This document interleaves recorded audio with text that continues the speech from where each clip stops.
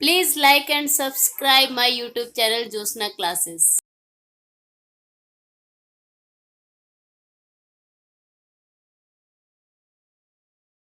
Good evening students. मैं आज आपको ऑस्ट्रियन संप्रदाय के तीसरे लेखक यूजिन वान बावर्क के बारे में बताऊंगी। ठीक है, जिनकी डेट ऑफ बर्थ है 1851 टू 1940। ठीक है, इससे पहले मैं आपको दो अन्य लेखक कार्ल मेंजर और फॉन वीजर के बारे में पढ़ा चुकी हूँ। ठीक है, ऑस्ट्रियन संप्रदाय के तीसरे लेखक वाम बारवक का जन्म सन 1851 में मोराविया के ब्रुन नामक स्थान पे हुआ था। ठीक है, इन्होंने वियना में शिक्षा प्राप्त की। इसके बाद इन्होंने कुछ समय तक ऑस्ट्रियन सरकार के वित्त विभाग में नौकरी कर ली। ठीक है, इसके पश्चात ये बौद्धिक जगत में लौट आए, मतलब मानसिक कार्य जहां पर होता है, जैसे कि शिक्षा विभाग। ठीक है, और वियना में अर्थशास्त्र के प्राध्यापक बन गए। 1890 में ये वित्त विभाग में मंत्री नियुक्त किए गए और 1909 तक, ठीक है, 1890 में मंत्री नियुक्त होने के बाद 1909 तक इन्होंने वहां कार्यकाल किया तथा सरकारी नौकरी में रहे। उसके बाद पुनः आकर वह प्राध्यापक बन गए। ठीक है, वाम बारवक ने कुछ पुस्तकें लिखी जो इस प्रकार है।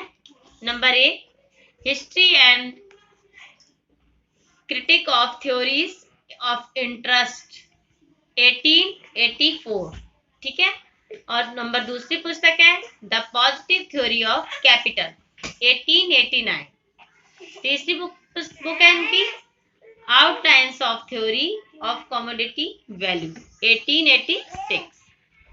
जो इनकी फर्स्ट वाली बुक थी उनको इन्होंने इंग्लिश में अनुवाद किया गया। ठीक है, कैपिटल एंड इंटरेस्ट नाम से। ठीक है, ऑस्ट्रियन संप्रदाय के तीनों लेखकों में वाम बारवक सर्वाधिक जाने पहचाने हैं एवं उनके विचारों का प्रश्न है तो उनके विचारों का भी विस्तृत रूप से प्रसार हुआ है। ठीक है, जहां तक वाम बारवक के आर्थिक विचार का प्रश्न है, मूल्य एवं वितरण के क्षेत्र में उनका योगदान संक्षिप्त ही है। इन्होंने मुख्य रूप से पूंजी और ब्याज, ठीक है, मूल्य और वितरण में इनका जो योगदान था वो संक्षिप्त था और पूंजी और ब्याज इस पर ज्यादा अपने विचार व्यक्त किए। ठीक है, और ये विचार ऐसे अद्भुत और अतुलनीय तर्कों से पूर्ण थे कि इन्हें मौलिक कहा जा सकता है। मौलिक मतलब जिसमें सब कुछ हो। ठीक है, विचार इनके दो ग्रंथों, कौन से, कैपिटल एंड इंटरेस्ट और the positive theory of capital, ठीक है, इन्हीं दो में संग्रहित है। ठीक है, सारे के सारे विचार इनके। पहली पुस्तक में ब्याज के प्रारंभिक सिद्धांतों की आलोचना की गई है। इनकी जो फर्स्ट पुस्तक थी, ठीक है, उसमें उन्होंने क्या कहा कि प्रारंभिक जो ब्याज के सिद्धांत है उनकी आलोचना की है, उनको अच्छा नहीं माना। दूसरे शब्दों में ब्याज पर ऐतिहासिक विवेचना की है, या हम ये भी कह सकते हैं कि उस पर उन्होंने विवेचना की है। ठीक है, परंतु इस संबंध में उन्होंने विचारों को स्पष्टता प्रदान नहीं की। उन्होंने मतलब एक स्पष्ट बात नहीं रखी अपनी। ठीक है, इसलिए उनकी दूसरी पुस्तक में उनके विचारों का योगदान मिलता है और उनकी जो और पुस्तक हुई उसमें उनका क्या मिलता है, अच्छा योगदान, मतलब अच्छा उन्होंने लिखा है उसके बारे में। उन्होंने स्वयं इसे स्वीकार किया है। ठीक है, कि अपने विचारों के विश्लेषण में उन्होंने मेंजर एवं वीजर के विचारों से बहुत कुछ ग्रहण किया। मतलब उन्होंने खुद ही एक्सेप्ट किया है कि उन्हें मेंजर और वीजर के विचारों से बहुत कुछ सीखने को मिला है। ठीक है, वाम बारवक के आर्थिक विचारों का अध्ययन निम्न दो शीर्षकों के अंतर्गत हम कर सकते हैं। ठीक है, पहला शीर्षक क्या है, मूल्य निर्धारण का सीमांत युग्मों का सिद्धांत। ठीक है, और दूसरा है ब्याज का सिद्धांत, थ्योरी ऑफ इंटरेस्ट। तो हम नंबर 1 पढ़ेंगे, मूल्य निर्धारण का सीमांत युग्मों का सिद्धांत। ठीक है, मूल्य निर्धारण का जो आत्मगत सिद्धांत, ठीक है, मेंजर ने प्रस्तुत किया था, वाम बारवक ने भी उसे ही अपनाया। ठीक है, जो मतलब कार्ल मेंजर ने प्रस्तुत किया था, परंतु उन्होंने इसी आधार पर अपना सीमांत युग्मों का सिद्धांत प्रस्तुत किया। ठीक है, वे मूल्य निर्धारण का सिद्धांत एकाकी विनिमय से शुरू करते हैं। एकाकी विनिमय आप समझते हो, ठीक है, जिसमें एक क्रेता तथा एक ही विक्रेता होता है। अब यहाँ पे मैं थोड़ा आपको समझाऊंगी, आपने एकाधिकार प्रतियोगिता पढ़ी है, उसी टाइप से, उसी रिलेशन में है ये। ठीक है, तो उसमें क्या होता है प्रतियोगिता में, जैसे कोई जब एक ही क्रेता है एक ही विक्रेता है, ठीक है, तो वो खरीदार उससे अधिक मूल्य देने को तैयार ना होगा जितने योग्य वह उस वस्तु को समझता है। समझ रहे हो, मतलब जितनी वह वस्तु है जितने की, तो खरीदार कभी भी उससे अधिक मूल्य नहीं देगा, और विक्रेता उस सीमा से कम मूल्य में उस वस्तु को नहीं बेचेगा। ठीक है, क्योंकि एक ही विक्रेता है और एक ही क्रेता है, जितने के योग्य उस वस्तु को वो समझता है उससे कम मूल्य में वो नहीं बेचेगा। ठीक है, वास्तविक कीमत कहां पर तय होगी, जहां पर यहाँ बिंदु विनिमय में क्रेता और विक्रेता जो मोल भाव करेंगे आपस में, ठीक है, उनकी जो शक्ति होगी उस पर ही निर्भर करेगी, मतलब दोनों वहां पर रुकेंगे जहां पर दोनों को वह मूल्य स्वीकार होगा। ठीक है, ये हो गया एकाकी विनिमय। ठीक है, तो इसके बारे में उनके शब्दों में हम पढ़ लेते कि उन्होंने क्या लिखा है। एकाकी विनिमय में कीमत का निर्धारण उन दो सीमाओं के बीच किसी बिंदु पर होगा जिसमें से उस पदार्थ के विषय में क्रेता का आत्मगत मूल्यांकन ऊपरी सीमा होगा और विक्रेता का आत्मक मूल्यांकन निचली सीमा होगा। कहने का मतलब यही है कि विक्रेता उस निचली कीमत पे तय करेगा जहां पर उसको उस वस्तु का मूल्य नजर आएगा। ठीक है, और क्रेता उस उचली सीमा मतलब उतना ऊपर का मूल्य देने को तैयार होगा जहां पर उसे लगेगा कि वस्तु की कीमत उतनी है। ठीक है, समझ गए।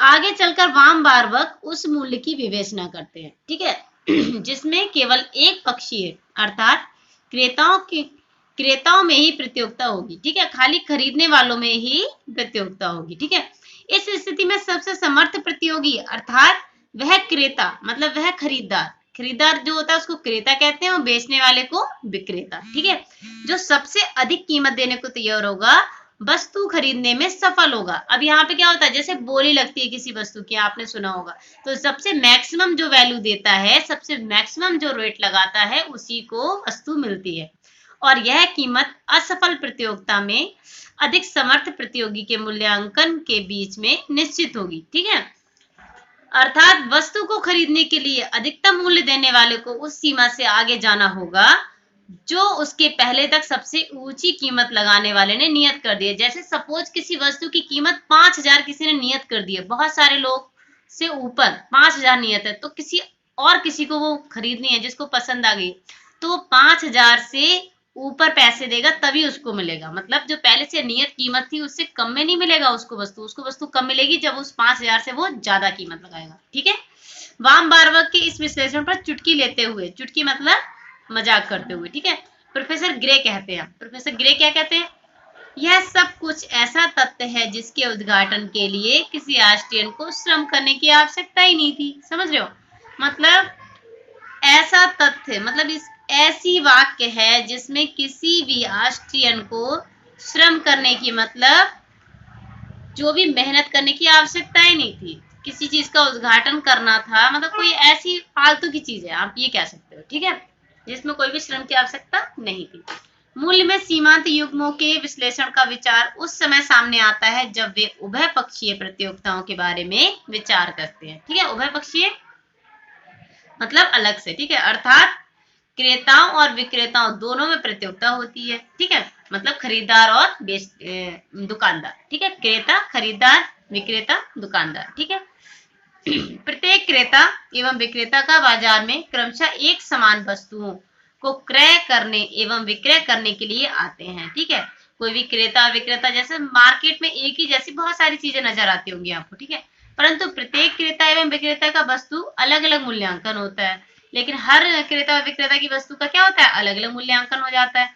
पूर्ण प्रतियोगिता की दिशा में कीमत का निर्धारण क्रेता और विक्रेता के युग्मों द्वारा निश्चित सीमा के बीच में होता है। मतलब एक जो युग्म बना लेते हैं, एक क्रेताओं का युग्म और विक्रेताओं का युग्म, मतलब क्रेता कहता है हम इससे अधिक की वस्तु नहीं खरीदेंगे, और विक्रेता कहता है, सारे विक्रेता कहते हैं हम इससे कम में वस्तु नहीं बेचेंगे। ठीक है, अर्थात उस क्रेता और विक्रेता के युग्म द्वारा जो व्यापार करने में असमर्थ रहते हैं और उस क्रेता और विक्रेता के युग्म द्वारा जो क्रय विक्रय करने में सफल होते हैं। समझ रहे हो, मतलब क्रेता और विक्रेता जो असमर्थ रहते हैं व्यापार करने में, जो इतनी कम कीमत रखते हैं कि सामान नहीं बेच पाते, और उस क्रेता और विक्रेता के युग्म द्वारा जो क्रय विक्रय करने में सफल होते हैं, मतलब जो उस कीमत से थोड़ी ज्यादा कीमत खरीदने को तैयार होते हैं और विक्रेता बेचने को तैयार होता है, इन दोनों के बीच कीमत तय होती है। समझ रहे हो आप? जैसे कोई चीज मार्केट में वहां पे खरीदी जाती है जहां पे क्रेता और विक्रेता दोनों ही क्या हो जाएं, संतुष्ट हो जाएं। ठीक है, ये आप बीए फर्स्ट ईयर में बहुत अच्छी तरीके से पढ़ चुके हो, पूर्ण प्रतियोगिता, अपूर्ण प्रतियोगिता, एकाधिकार प्रतियोगिता। ठीक है, सरल शब्दों में कहा जा सकता है कि कीमत का निर्धारण उन सीमाओं के बीच में होता है जो सीमांत युग्मों के आत्मगत मूल्यांकन द्वारा निर्धारित किया जाता है। ठीक है, सीमांत युग्म के सिद्धांत के दो परिणाम सामने आते हैं। कौन कौन से परिणाम है? प्रथम तो यह है कि प्रत्येक बाजार में कीमत अपने आप में सीमांत कीमत होती है। सीमांत कीमत मतलब निश्चित कीमत होती है। ठीक है, और दूसरा क्या है कि ऊपर से दिखाई देने वाली वस्तुगत कीमत वास्तव में आत्मगत मूल्यांकनों का परिणाम होती है। समझ रहे हो कि जो कीमत हमें मार्केट में नजर आती है वो रियल में उस कीमत पे ऐसा नहीं है कि एकदम से फिक्स कर दिया होगा। इतना सारा जो मैंने अभी आपको समझाया, क्रेता और विक्रेताओं को आपसी द्वंद्व कह सकते हो आप। ठीक है, उसके बाद वो कीमत तय होती है जिस पर कोई सामान बिकता है। जो पूरे मार्केट में आपने देखा होगा, एक सब्जी मार्केट ले लेते हैं हम, तो पूरी मार्केट में आपने देखा होगा कि अगर 20 रुपए किलो आलू मिल रहा है तो मार्केट का हर व्यक्ति, हर विक्रेता 20 रुपए किलो ही देगा, कोई कम नहीं करेगा। ठीक है, और कोई ऐसा भी नहीं होगा कि 30 रुपए किलो बेच सके, क्योंकि वो क्या हो जाएगा, अपने आप प्रतियोगिता से बाहर हो जाएगा, उससे कोई नहीं खरीदेगा। समझ रहे हैं आप? अब अगला हम समझते हैं दो, ब्याज का सिद्धांत। पूंजी और ब्याज के संबंध में वाम वारवर्क के विचार इतने महत्वपूर्ण है कि इसका नाम ही ऑस्टिन सिद्धांत पड़ गया है। ठीक है, ब्याज का सिद्धांत क्या है उनका, बहुत इंपॉर्टेंट है, जिसको ऑस्टिन सिद्धांत भी कहा जाता है। ठीक है, प्रारंभ में तो उन्हें ब्याज के पूर्व प्रचलित सिद्धांतों को अरस्तु से लेकर ऐतिहासिक विवेचन किया है। ठीक है, प्रारंभ में उन्होंने क्या किया, पूर्व प्रचलित जो भी ब्याज के सिद्धांत थे उन्हीं का विवेचन किया। ठीक है, इनके प्रमुख नाम जॉन रे, वान थुनन, कार्ल मेंजर एवं जेमन्स के हैं। ठीक है, जिनके विचारों से वाम वारवर्क क्या हुए, प्रभावित हुए थे। ठीक है, उन्होंने पूर्व प्रचलित सिद्धांतों की आलोचना की और ब्याज की उत्पादकता का सिद्धांत, थ्योरी ऑफ प्रोडक्टिविटी, त्याग का सिद्धांत, थ्योरी ऑफ एफिशिएंसी, ठीक है, और पूंजी की सेवा का सिद्धांत, सर्विसेज ऑफ कैपिटल इत्यादि का यह कहकर अपूर्ण बताया। मतलब इन तीनों सिद्धांतों को उन्होंने अपूर्ण बता दिया कि वे समस्या की गहराई में नहीं पहुंचते। समझ रहे हैं आप? मतलब वह जो रियल में समस्या होती है उसकी रियल में पहुंच इन सिद्धांतों में नहीं बन रही है। ठीक है, उनके शब्दों में, ठीक है, उनके शब्दों में उन्होंने क्या कहा है, ब्याज की समस्या उन कारणों का अध्ययन करना एवं स्पष्टीकरण करना है जिससे वार्षिक राष्ट्रीय उत्पादन में से वस्तुओं का एक भाग पूंजीपतियों के हाथों में स्थानांतरित होता है। इसलिए निसंदेह यह वस्तुओं की वितरण की एक समस्या है। ठीक है, समझ रहे हो? ब्याज की समस्या उन कारणों का अध्ययन करना और स्पष्टीकरण करना ही है। इसका वास्तविक मतलब पूरे साल का जो उत्पादन है उनमें से वस्तुओं का एक भाग किनके हाथों में रहता है, पूंजीपतियों के हाथ में स्थानांतरित रहता है। इसलिए निसंदेह क्या है, वस्तुओं के वितरण की एक समस्या है। ठीक है, तो ब्याज की एक समस्या है जो कि हर सिद्धांत में नहीं समझाई जा सकी। ठीक है, इस समस्या का विश्लेषण करते हुए उन्होंने कहा है कि ब्याज एक समस्या है, एक ही प्रकार तथा एक ही परिणाम की वर्तमान तथा भविष्य की वस्तुओं की सापेक्षिक मूल्य की समस्या है। कहने का मतलब है कि वर्तमान और भविष्य की वस्तुओं के जो मूल्य है उसी से ही क्या निश्चित होता है, ब्याज। ठीक है, वो एक समस्या। ब्याज के संबंध में प्रमुख प्रश्न यह है कि वर्तमान में वस्तुओं का आत्मगत मूल्य भविष्य में उसी प्रकार की उतनी ही वस्तुओं की अपेक्षा अधिक क्यों होता है। मतलब वर्तमान में जो मूल्य है भविष्य में उसका मूल्य अधिक क्यों हो जाता है। ठीक है, ये समस्या है। वाम वारवर्क ने इस समस्या को मनोवैज्ञानिक ढंग से सुलझाया है। यह तथ्य उस तथ्य पर आधारित है कि हम वर्तमान की अपेक्षा भविष्य का मूल्य कुछ कम करके देखते हैं। ठीक है, हम ये नहीं सोचते कि जो चीज वर्तमान में जितने की मिल रही है भविष्य में भी उतने की मिलेगी। हम ये सोचते हैं कि भविष्य में उतने की नहीं मिलेगी बल्कि उससे कम की मिलेगी। इससे उन्होंने 3 कारण प्रस्तुत किए हैं। तो पहला कारण क्या है, पहला कारण हम पढ़ लेते हैं कारण यह है कि हम यह समझते हैं कि भविष्य में हमारी स्थिति वर्तमान की अपेक्षा अच्छी हो जाएगी। कहने का मतलब हम वर्तमान में जितना कमा रहे हैं उतना भविष्य में नहीं कमा, मतलब भविष्य में उससे ज्यादा कमाएंगे। ठीक है, इसलिए हम क्या सोचते हैं, इसलिए समान राशि का सीमांत मूल्य आज उसकी अपेक्षा कहीं अधिक होता है। ठीक है, जब हम ज्यादा कमाएंगे तो अभी जो वस्तु हमें 10 रुपए की महंगी लग रही है, फ्यूचर में हम ज्यादा कमाएंगे तो हमें वो वस्तु क्या लगने लग जाएगी, सस्ती लगने जाएगी, क्योंकि हमारी कमाई, हमारी इनकम क्या हो जाएगी, आय हमारी क्या हो जाएगी, ज्यादा हो जाएगी। ठीक है, जितना कि उस राशि का मूल्य भविष्यकालीन अपेक्षाकृत समृद्ध दिनों में होगा। ठीक है, मतलब हम समृद्ध हो चुके होंगे। ठीक है, यह बात उन सब लोगों पर लागू होती है जो परेशानियों में फंसे रहते हैं और यह आशा करते हैं कि भविष्य में उनकी आपत्तियां समाप्त हो जाएंगी। मतलब अभी जो वो परेशानियां झेल रहे हैं, अभी जो पुअरनेस है, अभी जो गरीबी है, अभी जो वो कम कमा रहे हैं वो भविष्य में कम नहीं कमाएंगे। ठीक है, और उनकी आपत्तियां क्या हो जाएंगी, समाप्त हो जाएंगी। प्रोफेसर ग्रे के अनुसार उन्होंने क्या कहा है, यह कारण इस तथ्य का परिणाम है कि आशा जो मानव हृदय के अनंत काल से विद्यमान है, एक मानव के हृदय में क्या है, आशा एक विद्वान है, मतलब एक इच्छा कि वो हमेशा भविष्य में क्या हो जाएगा, अच्छी जीवन व्यतीत करेगा। ठीक है, हर इंसान कहता है कि आज जो दिन है हमारे भविष्य में नहीं रहेंगे, अच्छे दिन आने वाले हैं। ठीक है, हमें यह सोचने को प्रोत्साहित करती है कि भविष्य का समय अपेक्षाकृत कम खराब होगा। ठीक है, ये हमारा पहला कारण है। दूसरा कारण क्या है, ठीक है, दूसरा कारण यह है कि हम अपनी भविष्य की आवश्यकताओं का अविवेकपूर्ण ढंग से कम आकलन कर लेते हैं। हम ये सोचते हैं हमें अभी इतनी जरूरत पड़ रही है वस्तुओं की, भविष्य में क्या हो जाएगा, हम संपन्न हो जाएंगे और इन सब चीजों की जरूरत हमें नहीं पड़ेगी। ठीक है, इसके 3 कारण होते हैं। ठीक है, कारण कौन से हम ये समझ लेते हैं। नंबर 1, इच्छा की कमजोरी, गलत, ठीक है, गलत आकलन करने की प्रवृत्ति। ठीक है, एक तो इच्छा की कमजोरी, गलत आकलन करने की प्रवृत्ति और भविष्य को अनिश्चित मानकर उसकी परवाह ना करना। ठीक है, ये 3 कारण हो गए, नंबर 1, नंबर 2 और नंबर 3। ठीक है, मतलब इच्छा की कमजोरी, हमारी इच्छा है कि हम फ्यूचर में ऐसा कुछ नहीं पसंद करेंगे। ठीक है, आकलन करने की प्रवृत्ति, मतलब हमने आकलन क्या कर लिया, हम पहले से ही प्लानिंग बना लेते हैं, हम इतना इतना इस पे खर्च करेंगे, इतना इतना इस पे खर्चेंगे, इतना हमारे खाने पे खर्च होगा। ठीक है, तो ये आकलन करने की हमारी प्रवृत्ति है। ठीक है, फ्यूचर प्लानिंग बोलते हैं जिसे। और भविष्य को अनिश्चित मानकर हम मान लेते हैं कि भविष्य में कुछ भी निश्चित नहीं है, हमें पता है कि पता नहीं भविष्य में कितना मूल्य होगा, कितनी की इनकम होगी, सब कुछ हमें क्या मान लेते हैं, अनिश्चित मान लेते हैं। ठीक है, बाम-बार्बर के अनुसार हम भविष्य की वस्तुओं की सीमांत उपयोगिता को कुछ घटे हुए रूप में इस प्रकार देखते हैं जैसे वह हमें साफ दिखाई पड़ रही है। मतलब हम ऐसे प्लानिंग करते हैं जैसे हमारे सामने विजुअल, मतलब एक दृश्य दिखाई दे रहा है कि भविष्य में कोई चीज कितने की मिलेगी। ठीक है, या भविष्य में हमें कितनी परेशानियां होने वाली हैं।